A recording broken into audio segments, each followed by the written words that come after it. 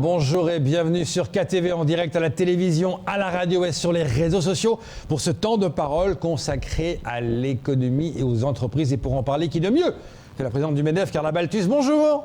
Bonjour Léo, bonjour Mayotte, bonjour à tous les adhérents du MEDEF Mayotte. Bienvenue pour cette rentrée, vous faites votre rentrée ici. Alors, première question Carla, quelles sont les priorités de cette rentrée pour le MEDEF ? Je pense que vous avez tout dit ce matin, l'actualité, l'arrivée du ministre. Nous, on attend bien sûr beaucoup de ces annonces. On a su faire des propositions dans les délais. Donc, on n'a pas eu de retour officiel, mais on attend une prise en compte de nos propositions. On attend un temps d'échange avec le ministre en personne lui-même. Donc, nous, les partenaires sociaux, l'intersyndicale patronale, nous sollicitons un rendez-vous avec lui et qu'il prenne le temps de nous écouter et de nous rassurer pour qu'on puisse poursuivre ensemble le développement de Mayotte. Alors justement, puisque vous parlez du ministre, l'occasion m'est lancée, on l'a écouté tout à l'heure, on va réentendre ce que le ministre a dit pour sa venue. J'aimerais que vous réagissiez par rapport à ce qu'il dit, on l'écoute. Les enjeux pour ce week-end à Mayotte. Ils sont extrêmement importants parce que déjà, avec la crise sanitaire, malheureusement, j'ai pas pu me rendre à Mayotte.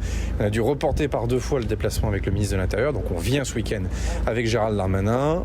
Au programme, évidemment, la question du projet de loi programme cadre pour Mayotte, dans lequel il y a un pilier régalien extraordinairement important sur les questions, évidemment, de lutte contre l'immigration, comme de lutte contre la délinquance de tous les jours. Le ministre de l'Intérieur sera amené à s'exprimer sur le sujet. Là, on a fait une réunion de travail avec le président du conseil départemental. Ça nous a permis aussi d'évoquer les questions financières, les questions liées à l'ASE, la question aussi des grandes infrastructures, notamment, on pense tous à la piste longue. Il y a aussi la question de l'aéroport, la question des routes, la question de la rentrée scolaire qui s'est convenablement déroulée. Bref, autant de sujets qu'on a commencé à balayer dans une conversation très franche et très amicale. Je suis moi-même président de département, donc je n'ignore pas les enjeux de cette collectivité. Donc il y aura du concret à l'issue. Ah, mais de toute façon, je l'ai dit, les 10 ans de la départementalisation de Mayotte, ça donne lieu à une loi. On n'est pas là pour faire du rhabillage, on n'est pas là pour décorer, on n'est pas là pour s'occuper, on est véritablement là pour améliorer la vie quotidienne des Mahoraises et des Mahorais. Donc moi, c'est un dossier qui me tient vraiment à cœur. Je suis allé à Mayotte avant que je ne sois ministre, je ne suis pas retourné depuis. Ça me fera très plaisir d'y revenir ce week-end. Il y a des gros enjeux sur la table, il faut avancer. C'est pour ça que les 5 grandes orientations du projet de loi trouveront des réponses concrètes. Maintenant, la machine interministérielle fonctionne. Rendez-vous avec le Premier ministre dans un instant. Jeudi, le Premier ministre réunira plusieurs ministres autour de lui. Ce week-end, nous nous rendons sur place avec le ministre de l'Intérieur. On continue notre rythme. L'idée étant bien sûr de présenter le projet de loi d'ici à la fin de l'année au Conseil des ministres. Votre réaction, Carla Balthus ? Écoutez, il y a une annonce qui est faite. Maintenant, moi, je suis comme Saint Thomas, je dis toujours, j'attends les textes, j'attends le concret. De toute façon, c'est le gouvernement qui a fait ces propositions de faire bouger les choses, parce qu'il y a une certaine frustration par rapport à la départementalisation. Les Mahorais attendaient beaucoup plus et effectivement, ça fait 10 ans que nous sommes département. Donc quand on fait le bilan, on a plus le sentiment de comment dirais-je, avoir plus de contraintes, mais on ne voit pas forcément tout de suite les avantages. Donc les Mahorais attendent beaucoup. Je suis aussi satisfaite d'entendre qu'il sera accompagné du ministre de l'Intérieur, parce que ça aussi c'est une grande attente de toute la population, parce que l'augmentation de la violence aujourd'hui est un réel frein à l'économie. Et on n'a pas une qualité de vie à Mayotte et c'est un frein. Beaucoup de futurs collaborateurs n'osent pas venir s'installer. Beaucoup de Mahorais quittent leur département natal. Et on attend aussi, la population aussi attend l'alignement des minima sociaux, puisque beaucoup de Mahorais quittent aussi pour bénéficier des minima sociaux. Donc j'espère vraiment que ça ne sera pas juste des effets d'annonce. J'espère vraiment que cette loi Mayotte sera à la hauteur de nos attentes à tous. Oui, parce qu'il paraît, en tout cas, il ne va pas arriver les mains vides, c'est clair. On comprend bien votre sentiment. Les paroles, c'est bien, mais j'aimerais des actes. Notamment, vous parliez de la délinquance. C'est vrai, quand on avait reçu les différents acteurs économiques, ils sont sur ce plateau, ils disaient, mais écoutez, l'un des gros problèmes, c'est ça, c'est le facteur délinquance. Ils sont obligés de baisser le rideau plus tôt pour que les employés puissent rentrer chez eux plus tôt, moins de chiffre d'affaires. On l'a vu encore à Total. C'est ça, j'allais y venir justement. On a vu Total qui était fermé hier à cause de ce qui s'est passé. Et ça met toute une partie de l'économie en danger. Bien sûr. Et puis c'est quotidien, ce que nous subissons dans les entreprises, les cambriolages. Je peux vous dire, être entrepreneur à Mayotte, c'est compliqué. Et souvent, ça casse le moral, ça casse l'élan, ça casse la motivation de beaucoup de chefs d'entreprise. On n'en parle pas beaucoup, mais c'est une réalité. Donc aujourd'hui, j'espère que le ministre aussi de l'Intérieur arrivera avec des solutions, arrivera avec des propositions concrètes où on verra que dans notre quotidien, il y aura un changement. Parce qu'il faut se poser les bonnes questions, il faut trouver des textes spécifiques à Mayotte. Spécifique, c'est pas forcément négatif. Je pense que la loi est faite pour s'adapter. On le voit bien même dans la gestion de la crise Covid. Chaque préfet a une marge de manœuvre pour adapter, même s'il y a un texte national, mais adapté à son département. Donc aujourd'hui, il faut vraiment penser tous ensemble à quels sont les textes, qu'est-ce qu'on peut mettre en place pour vraiment éradiquer cette délinquance. Et puis autre chose, vous parlez de la crise Covid, les entreprises ont beaucoup souffert. Et puis parallèlement, on voit une augmentation de la création d'entreprises. Donc il y a ce double débat. Cela étant, les entreprises sont en difficulté. Revenons sur ce PGE. Les entreprises espèrent le transformer en subvention. Est-ce que c'est aussi votre combat? Est-ce que c'est aussi votre discours par rapport au BNF de demander à l'État de passer ça en subvention? Parce qu'on sait que plusieurs entreprises ne restent pas remboursées tout simplement le PGE. Oui, on ne lâche pas ce combat. Hier encore, j'avais une réunion de bureau avec la FEDOM où je siège et on a encore parlé de ce sujet-là, donc ça nous concerne tous. Au cas par cas, bien sûr, parce que dans la crise Covid, il y a des entreprises qui s'en sont sorties, il ne faut pas se mentir, mais au cas par cas, et celles qui ont du mal, mais quand on sait qu'on les aura accompagnées avec une transformation totale ou partielle du PGE en subvention, donc on sait qu'on peut sauver des milliers d'emplois, oui, bien sûr, il faudra que le gouvernement soit attentif et accepte cette demande. En tout cas, on ne lâchera pas de notre côté et je pense que ça concerne toutes les organisations syndicales patronales confondues. Il y a beaucoup de choses que vous ne lâchez pas. Votre combat est là, est présent pour les sociétés. On parlait aussi de ce fameux rattrapage entre les différences au niveau du chômage, par exemple. Vous disiez sur ce plateau souvent que le taux de chômage ici, enfin le montant reçu tous les mois est très faible par rapport à la métropole, qu'il faut essayer d'aller vite pour aller mieux.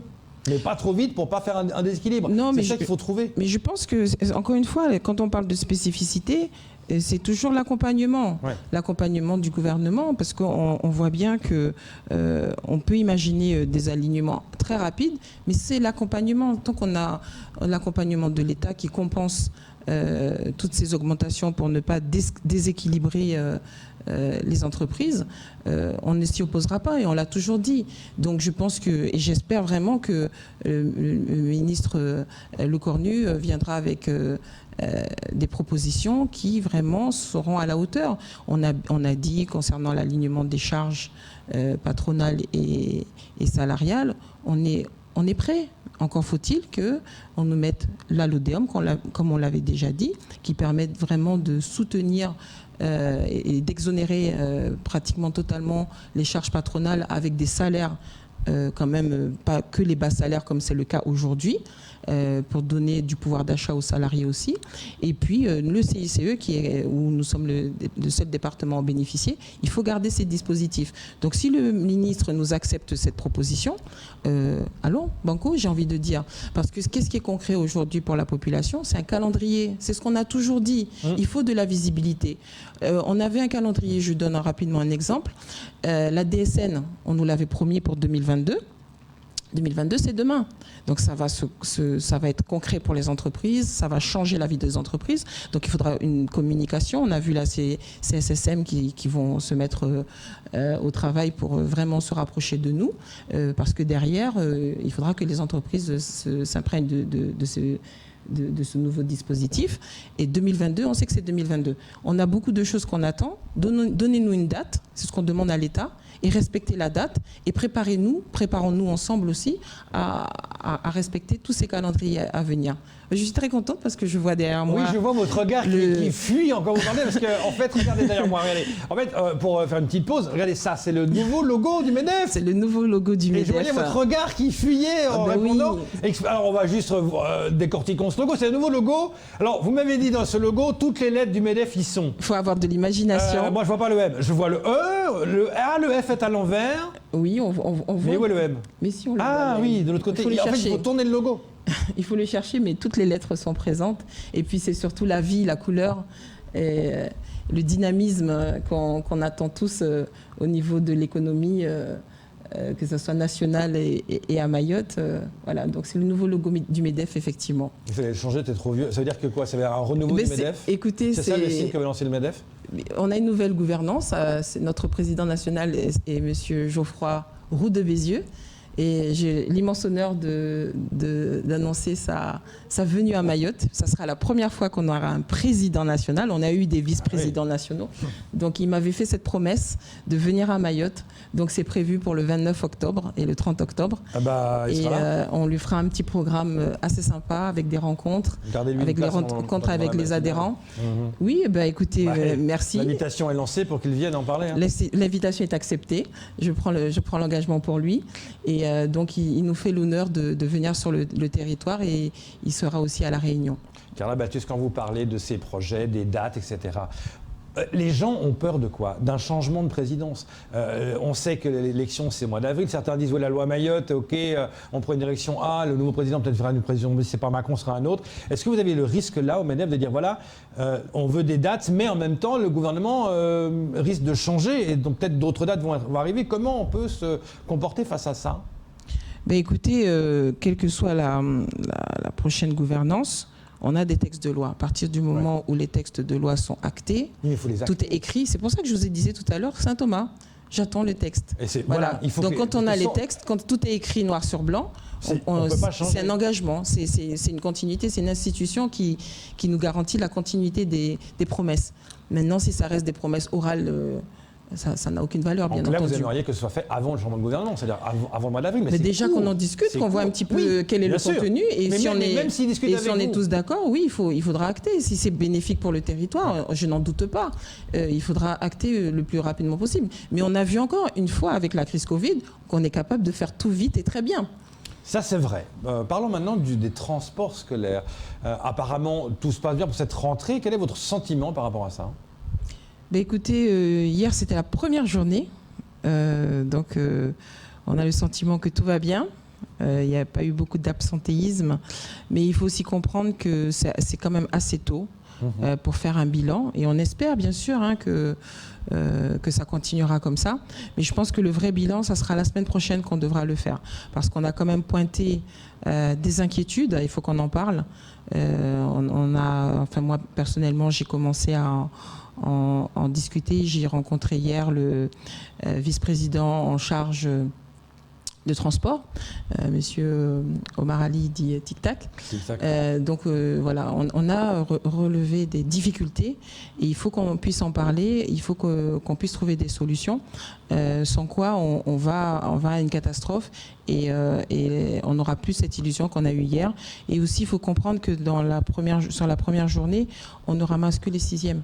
On ne ramasse pas encore tous les élèves, donc c'est une fausse bonne nouvelle quelque part. Vous dites attendez, c'est pas forcément la réalité. La réalité, c'est vraiment les difficultés, on les connaissait. Moi, je trouve dommage aussi parce que j'avais alerté plusieurs fois et depuis l'année dernière qu'il fallait anticiper le recrutement des conducteurs parce qu'aujourd'hui, on a une pénurie de conducteurs sur l'île.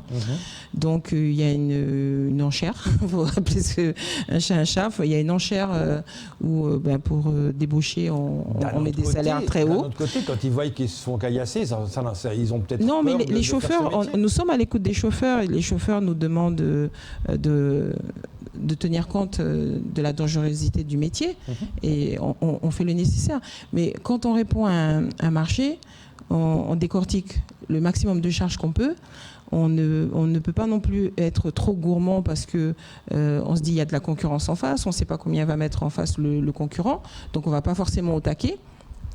Et donc, avec ce qu'il y a, il faut que l'entreprise reste pérenne. On paye les charges et on paye les salaires. Donc, il y en a qui ont eu la chance d'être sur des lots très, très fructueux. Tant mieux pour eux. Donc, ils payent des salaires très élevés, jusqu'à, je sais plus, il faudrait vérifier tout ça, c'est à eux d'en parler.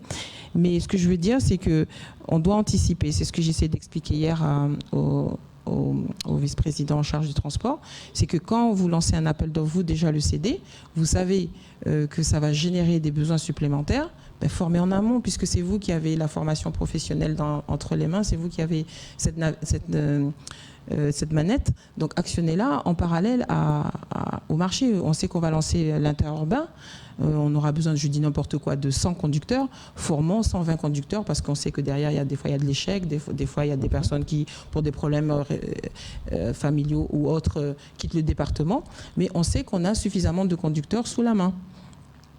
Donc ça, c'est le premier problème que nous avons pointé. Ensuite, moi, je représente aussi quelque part, et je salue mes collègues, un groupement, puisqu'il y a plusieurs groupements sur le réseau. Donc nous sommes le groupement Narendra Mbeli, qui veut dire Allons de l'avant, dont le mandataire est Matisse, et nous sommes 25 transporteurs. Il y a sur le marché, on a aussi un groupement qui s'appelle Ouvoi Moja, il y en a un autre qui s'appelle Tamana Naléo Nameso, je crois. Et donc, voilà, donc nous, Narendra Mbeli, on a eu 2 lots, le nord et le sud. Et il est fragile, ce lot-là. Et ce lot-là, il est très, très compliqué parce qu'on roule beaucoup sur ce lot-là, puisqu'on couvre les extrêmes de l'île. On roule beaucoup, on a beaucoup d'amplitude, et surtout, c'est ce qui nous rend la vie difficile, c'est qu'on a le sentiment, alors on nous a dit de patienter, de ne pas trop crier vite au loup, mais on préfère quand même le faire, c'est qu'on a le sentiment qu'on va être sous-payé sur beaucoup de lignes où on n'a pas assez de kilomètres pour couvrir des charges. C'est ça qu'on a. Pour couvrir les charges basiques, salaire, carburant. Salaire, carburant, crédit du véhicule, des charges basiques. Là, je ne parle même pas des pannes, je ne parle même pas des caillassages, parce qu'aujourd'hui, les caillassages sont à la charge des transporteurs. Beaucoup d'assurances refusent. Vous avez une demande que ce soit pris en charge par le département ou autre, mais pas par les entreprises. Ça n'a jamais été... on ne nous a jamais entendu sur ce sujet-là. Ouais. Donc, les caillassages, il faut comprendre que ne serait-ce qu'un carreau sur un bus, ça peut aller à 4-5 000 euros facilement. Un pare-brise, c'est 10 000 euros. Les bus allaient être protégés, le chauffeur... Le bus, quand il est protégé, ça veut dire qu'on empêche le caillou de rentrer pour blesser quelqu'un. Mais ça ne veut pas dire que la vitre, elle ne casse pas. OK. D'accord. Donc il faut la remplacer au final. C'est juste que ça ne tombe pas en morceaux, ça ne tombe pas. Ça protège, voilà, parce qu'on prend pas, la pierre ne rentre pas. Mais il y a quand même des coûts que vous devez pour l'instant. Mais la vitre, elle casse. D'accord. Donc ça veut dire que ça fragilise en fait. Après, si c'est une vitre, si c'est une pierre qui est pas très grosse, ça peut juste rebondir. Mais si c'est une pierre avec un bon lancer franc, oui, ça casse. Donc qu'est-ce qu'il faudrait faire pour que ce soit plus rentable? Parce qu'apparemment, on est en train de dire que voilà, vous faites un marché qui ne va pas être forcément rentable. Il faut revoir les prix. Ouais. Il faut revoir les prix, c'est mathématique. Puisqu'on nous avait annoncé un certain kilométrage à effectuer, donc finalement c'est bien moins que prévu, il faut revoir tout ça, il faut revoir la copie, il faut écouter nos doléances. Et puis aussi ce que j'ai expliqué, c'est qu'on n'a pas été payé pendant le confinement l'année dernière jusqu'à maintenant. On attend notre indemnisation, puisque c'était le cas en 2020. Et en 2021, on ne sait pas pourquoi, ça traîne et c'est toujours pas pris en compte, alors que ce sont les mêmes conditions. On nous a empêchés de travailler, les écoles étaient fermées, ce n'est pas de notre fait. Et dans tous les départements de France et de Navarre, on a indemnisé. Donc on ne comprend pas pourquoi à Mayotte, cette fois-ci, on n'a pas indemnisé. Donc c'est une relance aussi que je porte et aussi pour laquelle on ne lâchera pas. Parce que ça clairement. Pendant les 5 semaines de confinement, on devait payer nos conducteurs, on devait garder nos charges, les crédits, il fallait continuer à les payer, voilà. Donc, et puis, il faut aussi comprendre que dans le nouveau cahier des charges, aujourd'hui, on a une 50aine de véhicules de 23 places sur le réseau. J'ai pas les chiffres exacts, mais tous ces véhicules-là, en 2022, il faudra les remplacer. Donc, il faudra qu'il y ait sur le réseau au minimum, des capacités minimales de 30 places. Sauf un lot où on emmène des enfants handicapés, donc là c'est une exception, mais sur tous les autres lots il faudra des véhicules. Donc un véhicule de 23 places c'est 90 000 €, un véhicule de 33 places, pour comprendre, c'est 150 000 €. Donc ça veut dire que si on a cet argent qu'on n'a pas eu et qu'on aurait dû percevoir. Ça va aussi permettre à beaucoup de petites entreprises et moyennes entreprises de pouvoir investir sur ces bus-là où on a l'obligation de remplacer le matériel. Ça veut dire que même si vous aviez un bus de 1 an, 2 ans, puisque une durée de vie d'un bus est 5-7 ans, vous serez l'année prochaine dans l'obligation d'investir. Et pour que la banque vous suive, il faut avoir la trésorerie, il faut avoir l'apport, etc. Donc c'est un peu le chat qui se mord la queue, quelque part. Voilà, donc c'est pour ça qu'il faut comprendre que il faut accompagner les transporteurs scolaires. Ils ont compris le département ? Est-ce que le sentiment d'avoir été entendu ou est-ce que c'est j'entends, j'écoute ? Oui, ils ont compris, ils ont entendu. Après, vous savez, il y a les échanges avec les élus, il y a les échanges avec les techniciens. Ouais. Donc on essaie de sensibiliser tout le monde qu'il faut rester à notre écoute parce qu'on ira vers de graves difficultés où si on ne trouve pas des solutions sur le plan de transport actuel, on aura carrément des personnes qui vont se désister puisque à quoi bon prendre une ligne si elle n'est pas du tout rentable, si vous travaillez à perte. Il se passerait quoi alors ? Si supposons que demain c'est le cas, qu'est-ce qui va se passer ? On pourrait avoir des manquements. Des manquements de ramassage de gamins ? Des manquements de ramassage des gamins, parce que c'est quand même la première fois qu'on est dans des cas comme ça. Donc tout est nouveau. C'est un partage géographique, il y a un lot gestion, enfin tout est nouveau. C'est une nouvelle gestion. Et il n'y a plus cette solidarité qu'il y avait sur les réseaux où on pouvait prendre les élèves sur la route, etc. C'est vraiment chacun gère son lot. Donc les difficultés, nous, on les pointe parce que on s'est battu, on a eu nos 2 lots, d'accord. Mais il faut que ça soit de l'eau où on ne gagne pas notre vie parce qu'aujourd'hui, on risque de la perdre pour beaucoup. Autre chose au niveau des entreprises, c'est la une du journal de La Réunion aujourd'hui par rapport à la crise et les conséquences de la crise sanitaire pour les commerces. On parle souvent de la perte du chiffre d'affaires, mais certains se plaignent de la chute drastique de la valeur de leur fonds de commerce. Et donc, ça fait peur à La Réunion. Est-ce que c'est le même sentiment qui peut se retrouver ici à Mayotte ? Mais je pense que c'est le même sentiment et puis partout. Je pense que même partout c'est le cas. Beaucoup d'entreprises ont fermé et ont été rachetées vraiment pour des bouchées de pain un peu partout sur le territoire national. Oui, parce que ça reste compliqué quand vous reprenez une entreprise. Quand vous n'avez pas de visibilité, de perspective. Donc c'est des paris que vous faites sur l'avenir et vous êtes en position de force, donc vous allez acheter au plus bas. Et actuellement, il y a aussi la polémique du pass sanitaire, notamment dans les restaurants, où l'on voit d'ailleurs, en parlant de restaurants, bonne nouvelle, le Caribou va enfin rouvrir pour midi, pour aller manger là-bas, on les salue d'ailleurs. Mais il y a l'histoire du pass sanitaire qui est mis en place pour les restaurants et qui met en danger l'économie de ces gens-là. Certains me disaient, voilà, regarde ma terrasse, elle est vide, les gens, je ne peux pas les accueillir, ils n'ont pas vacciné, il n'y a que 20% de gens vaccinés complètement. Il n'y a que 20%. Donc il y a 80% de gens qui ne sont pas vaccinés. Donc, et dans cela, beaucoup vont boire un verre, ils ne peuvent pas. Et le préfet a reçu l'UMI, a dit non mais on va pas de passe-droit pour Mayotte. Votre sentiment à vous, est-ce qu'on va s'en sortir malgré ça ? Effectivement, les restaurateurs se plaignent beaucoup. En moyenne 30 à 40%, si ce n'est pas plus, de pertes de leur chiffre d'affaires. Hier aussi, j'étais à une terrasse, ils me disent regardez, il n'y a que 6 personnes, d'habitude on est 45. C'est ça. Et donc, pour moi, ça a été brutal. Parce que, encore une fois, comme je parlais tout à l'heure de spécificité, le préfet, il a la possibilité ou pas d'adapter. On aurait pu laisser déjà un petit temps de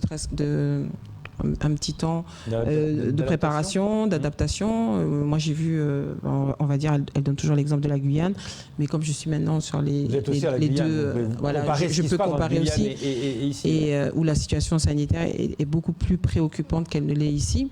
Il y a eu un mois qui a été donné aux restaurateurs pour justement leur permettre de se préparer, et aussi à la population. Donc voilà, je pense que il y a eu un moment donné où, via l'intersyndicale patronale, on était un peu monté au créneau parce qu'on n'était pas satisfait de la gestion de la crise sanitaire. Et entre-temps, ça s'est beaucoup amélioré et les chiffres sont là pour en parler. Donc maintenant, il faudrait trouver les moyens de convaincre la population de se faire vacciner. Bon, apparemment, ça arrive en masse. Apparemment, ça augmente de plus en plus parce que les gens ont envie de voyager, les gens ont envie de se déplacer. C'est surtout ça qui a. Pas le restaurant. C'est surtout ça qui a déclenché, je pense, la vaccination. Après, il faut aussi peut-être comprendre et s'expliquer pourquoi. Parce que j'ai le sentiment que c'est dans les territoires d'outre-mer où ça prend pas. Ouais. La vaccination ne prend pas. Au niveau national, on a des chiffres qui sont beaucoup voilà. plus élevés. Ouais. Donc il faudrait peut-être voir aussi comment communiquer, parce que les personnes qui sont réticentes quand il y a ce sentiment d'obligation ne vont pas, en C'est vrai dédoute. qu'il y a eu ce sentiment Donc de il dire, faut ça trouver divise beaucoup le pass sanitaire. Il faut trouver Voilà. Moi, je pense qu'il faut trouver les moyens de communication pour convaincre en douceur, entre guillemets, et faire comprendre aux personnes que ça protège vraiment, que et c'est pas juste parce qu'il y a une carotte derrière qui est de voyager, qui est d'aller au restaurant, etc., que on se fait vacciner. Alors que beaucoup disent qu'ils font ça parce qu'après ils veulent aller au restaurant. Il y en a beaucoup qui le disent. Oui, il y en a qui le disent. Ouais. Mais je pense que sur la communication, il faudrait encore travailler, voir comment convaincre, parce qu'il y a encore beaucoup de personnes à convaincre. En tant que président du MEDEF, quand vous voyez justement ces terrasses qui sont vides, les restaurateurs qui se plaignent, vous avez envie d'aller voir le préfet, d'écouter, vous avez le pouvoir d'adapter à Mayotte, faites-le, non d'une pipe, parce que ça met en danger l'économie mahoraise, ou est-ce que c'est compliqué ? De toute façon, la décision a été prise. Dès le départ, il a dit qu'il allait appliquer, donc on ne peut pas faire machine arrière. Bah pourtant, vous avez dit, il peut adapter, vous pouvez très bien en tant que président. Il pouvait le faire, il ne l'a pas fait. Donc maintenant... c'est aussi sa responsabilité, c'est ce qu'il nous explique souvent. Et moi j'ai toujours dit qu'on allait demander le maximum pour les entreprises, mais pas au prix de la santé. Donc aujourd'hui on n'a pas tous les paramètres. Moi personnellement je n'ai pas pu encore rencontrer monsieur le préfet. On connaissait un peu comment fonctionnait l'ancien préfet par rapport à la gestion de la crise sanitaire. Nos chiffres sont bons. Faisons le nécessaire pour qu'il le reste, parce que quand on voit ce qui se passe en Martinique, en Guadeloupe, ça fait vraiment pleurer. Donc il faut qu'on puisse avoir la chance de rester avec des chiffres les plus bas possibles, les meilleurs possibles, et qu'on puisse accompagner, parce que on sait que s'il y a l'accompagnement, c'est encore une fois, je suis obligée de me répéter et je m'en excuse, si on a l'accompagnement de l'État qui permettent de compenser ces pertes de chiffre d'affaires, on ne va pas s'opposer. C'est pas de notre faute si les gens ne vont pas se faire vacciner, et donc ça les empêche de fréquenter les établissements. Donc il y a eu beaucoup d'aides pour les métiers du tourisme, de la restauration, de l'hôtellerie. Donc il faudra continuer. Et puis s'il y en a d'autres s'il y a d'autres secteurs qui sont touchés, pareil, il faudra accompagner ces entreprises. Il faudra aussi penser, je pense, à la rétroactivité, parce que si on remonte les textes, c'est à partir de janvier qu'il fallait accompagner beaucoup d'entreprises. Et si elles avaient eu cet accompagnement depuis janvier, ça irait. On en a parlé encore hier à la FEDOM. Donc il faut aussi penser à la rétroactivité, revoir les textes. Rappelez-vous, quand on disait le fonds de solidarité qui n'était pas suffisant, quand on disait que oui, mais en février, vu qu'il y avait une semaine où on n'était pas confiné, le texte ne s'appliquait pas. Mais tout ça, il faut revoir. Et j'espère qu'on pourra aussi le dire au ministre quand il viendra. J'ai bien compris, vous espérez beaucoup du ministre, surtout de le voir. Pour lui parler de tout ça, c'est important de défendre, comme vous le faites, bec et ongle, l'économie. Oui, on a l'intention de le voir, parce qu'on a eu l'impression à un moment donné qu'il nous boudait, et toutes les excuses étaient bonnes pour ne pas venir à Mayotte. Donc aujourd'hui, il vient, il tient sa parole, et il faut qu'on le rencontre. Le message, en tout cas, est lancé. Le message est lancé. J'espère bien. Monsieur le ministre, vous avez un petit moment. La présidente du ministre, elle vient vous voir. Voilà, on a lancé le message. Oui, espérons le voir lui, pas que ses collaborateurs. Voilà, le message est clair. Et le ministre de l'Intérieur, parce que la sécurité, c'est vraiment aussi une des priorités. Oui, l'économie, vous l'avez bien précisé. On est bien d'accord. Les deux sont liés. Merci beaucoup, Carla Battu, d'avoir fait votre rentrée. Merci beaucoup, Léo. C'était toujours un plaisir. Et je salue toute la population. Et bon courage à vous. Merci beaucoup. C'est tout pour ce temps de parole. Tout de suite, la suite de vos programmes.